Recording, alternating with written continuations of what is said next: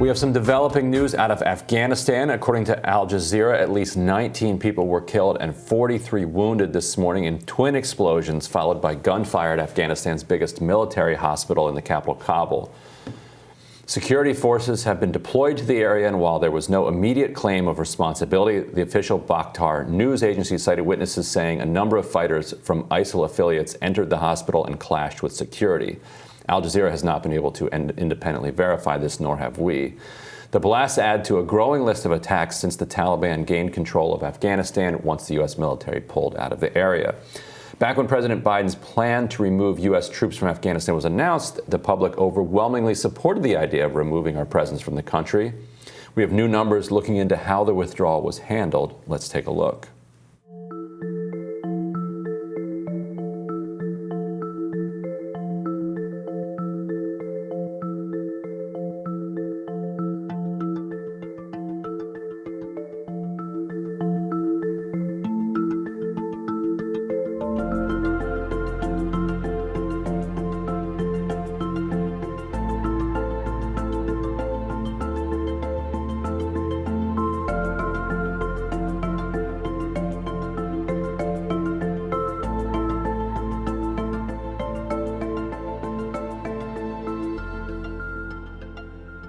The poll found that 29% of voters either strongly or somewhat support the way the removal of U.S. troops from Afghanistan was handled now that the deed is done. A Pew Research Center study conducted before the U.S. military pullout was completed found that while Americans may have supported removing the military from the country, they highly criticized Biden for the way in which it was handled. Only about a quarter, or 26%, said the administration has done an excellent or good job, while 29% the administration has done a, quote, fair job, and 42% said it has done a poor job handling the situation in Afghanistan.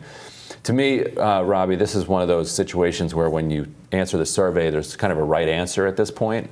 Like you're just supposed to say that it wasn't handled well. And so we're just going to see people say, oh, yeah, correct answer on this is it wasn't handled well.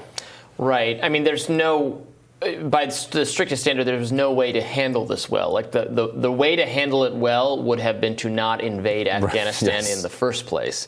We are dealing with the consequences of that. This pullout was never going to be graceful. It was always going to be ugly. People were always going to die, and then we were always going to watch in horror at what happened next. But we were watching in horror at what was some of us were, at least, maybe not the bulk of the American people, maybe not the American mainstream news media, but a lot of us were paying attention to the horror underway during our occupation for years and years and years. So it's like this was going to happen. It'd be like a bunch of French elites saying, you know, I didn't really oppose Napoleon's march into Russia, but the retreat, just a complete mess. Yeah, you know, half the troops were pulled barefoot out in the wrong way. Just a complete and total mess. You read the diaries of Napoleonic foot soldiers and just absolute chaos. Yeah, those are those are horrible. That was what a grisly man. War in any age, horrific. Yeah, and especially a retreat. Yeah. But it's going to be interesting to see if this, you know, how Afghanistan, if it hurts Biden long term. I think many of us have had the sense that it won't, because foreign policy tends to fade into the background now, which is a really funny thing. Like, imagine in the aughts thinking foreign policy was going to fade to the background. Like that was the dominant issue at a time where I was becoming like politically aware, was in high school and in college, interested in journalism, etc. For now, for foreign policy to be relegated to an absolute aftermath, only coming to the forefront when something dramatic happens or some dramatic decision is made, but mostly just completely ignored, is really fascinating. Yeah, and I think this is going to stick with Biden throughout his presidency. If you look at his approval numbers, he was doing fine until this withdrawal, and then he plummeted and hasn't recovered since.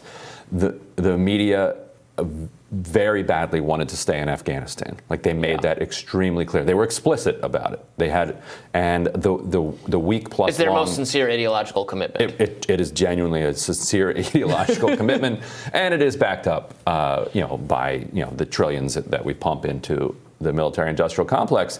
They were deeply committed to it. They had a week plus spasm, and this temper tantrum that they threw persuaded the American public that this was the worst thing that had ever happened, even though the public very broadly supported leaving Afghanistan, and even though relative to what any other type of retreat in this situation, it was carried out quite impressively. The media kept putting forward these ideas like, wow, what if they had used Bagram? Why did they close Bagram? It's like Bagram's like 30 miles away from Kabul with one road, one lane going each way to get from Kabul to Bagram. What if the situation was dramatically different? I guess then it would be dramatically different. Right, you want a 30-mile traffic jam where people are just lighting you up the entire time. Anyway, so I don't think he is going to recover from this. This past Friday, the U.S. Afghanistan watchdog slammed the State Department and the Pentagon for withholding what he said was crucial information about U.S. operations during the 20-year war in the country. Special Inspector General for Afghanistan Reconstruction, John Sopko, said at an annual conference for military reporters and editors in Arlington, Virginia, the details, quote, almost certainly would have benefited Congress and the public in assessing whether progress was being made, end quote. I mean, we've talked about this a lot on the show, but it's a point worth repeating because it's outrageous that, the people in charge, the military, the generals, the advisors, the experts in the government just lied for years and years and years, just said, nope, everything's going great. We'll keep at it. It's fantastic. We're winning. We've won. We're about to win. They said that over and over again. They told president after president that, George Bush, Barack Obama, Donald Trump, Joe Biden, and the latter three of those all coming in with the impression that we should wind this sucker down and all being steered away from it by the people in charge. And Joe Biden was the first to say, I think because he'd remembered being steered away from it the first time around, said, nope, sorry, we're done. That's what the American people elected me to do, and that's what we're going to do. And it's basically the only thing Joe Biden has done during his entire time in the White House that I agree with. It took real courage to stand up to, because in that situation, the only way to execute that policy is to do it in the face of the overwhelming opposition of all of your advisors and everybody around you and the entire complex that is set up to not make that happen. It's one thing to say you support it, but actually execute it. And that's one reason that the execution was not perfect, because the military was refusing to game out what the exit would look like as one of their bureaucratic games to try to continue kicking the can down the road.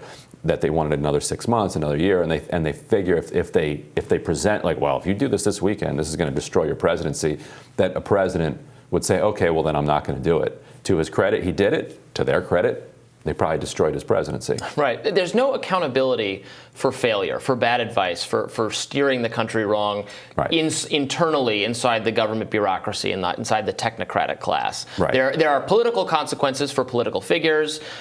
Donald Trump was a failed political figure. He was held accountable. He was swept from office. It's not always perfect, right, because of the gerrymandering at the more local level. But broadly speaking, political actors can suffer political consequences. It's so much harder to make the behind-the-scenes people who are really pulling the strings suffer any consequence for just disastrous policymaking. And they know that, and so I actually wonder if even if this Inspector General's extra findings had come out, it would have actually mattered. Like everybody knew what was going on here, and they knew there were no consequences for lying, even though it was obvious that they were lying. In any event, we will have more Rising after this.